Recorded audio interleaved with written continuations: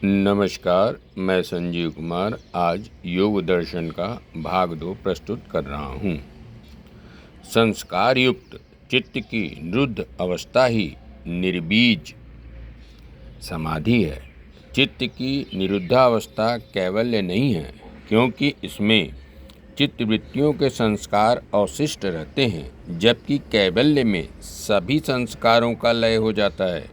चित्त की उन अवस्थाओं में जिनमें वृत्ति का पूर्ण निरोध नहीं होता, योग दर्शन में व्युत्थान अवस्था कहा जाता है। केवल एकाग्र और निरुद्ध ही योग के अनुकूल हैं, क्योंकि उनमें सत्व गुण का अधिकाधिक प्रकाश होता है। क्लेश विवेचन।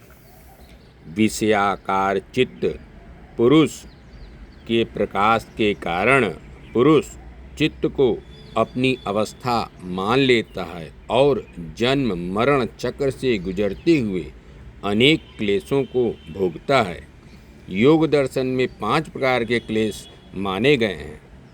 पहला अविद्या, यह मिथ्या ज्ञान है। अनित्य को नित्य, दुखद को सुखद और अनात्म को आत्मस्वरूप मानना अविद्या है।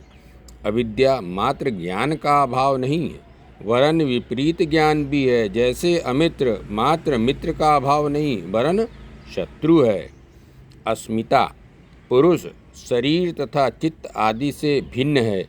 पुरुष द्वारा इनसे तदात्म स्थापित कर लेना अस्मिता है। राग, सुख और उसके साधनों की प्राप्ति की इच्छा राग है, या विषय सुखों की आसक्ति ही राग है। द्वेष, सुख अवरोधक तथा दुखोत्पादक विषयों से घृणा होना द्वेष है, अर्थात दुखदायी पदार्थों से घृणा ही द्वेष है। अभिनिवेश, प्रत्येक जीव में जीवन के प्रति आसक्ति एवं मृत्यु के प्रति स्वाभाविक भय ही अभिनिवेश है।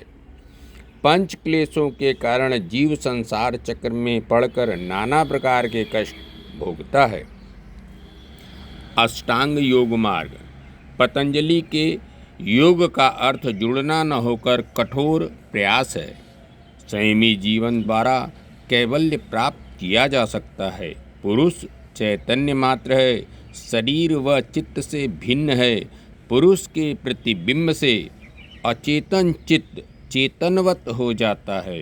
पुरुष चित्त से तदात्म स्थापित कर स्वयं को चित्त मान लेता है और सुख दुख भोगने लगता है।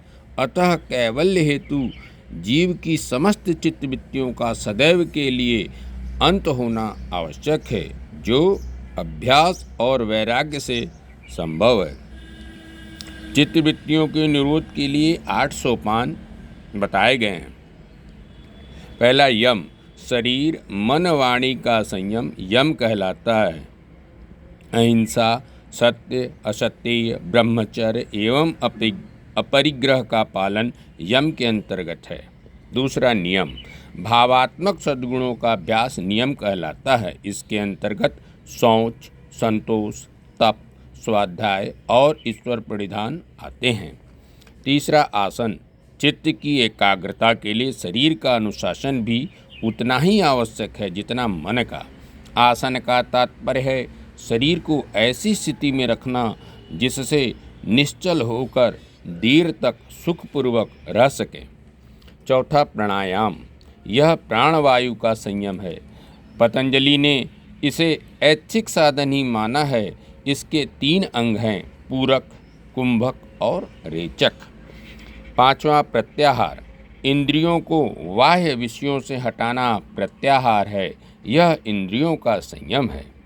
छठा धारणा, किसी स्थान विशेष पर चित्त को स्थिर करना धारणा है। यह मन का संयम है। वस्तुतः चित्त को एकाग्र करने की शक्ति ही योग की असली कुंजी है। सातवां ध्यान। ध्यान का लक्षण एकाग्रता है। ध्यान में एक समय में एक ही ज्ञान का प्रवाह होता है। इस प्रवाह के दौरान असाधारण सिद्धियां प्राप्त होती हैं। मुमुक्षु को सिद्धियों के प्रलोभन से बचकर अपने लक्ष्य पर केंद्रित रहना चाहिए। 8वां समाधि ध्यान की चरम अवस्था समाधि है।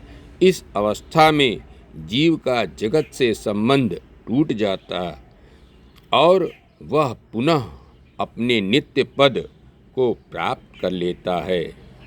शेष अगले अंक में। धन्यवाद। नमस्कार।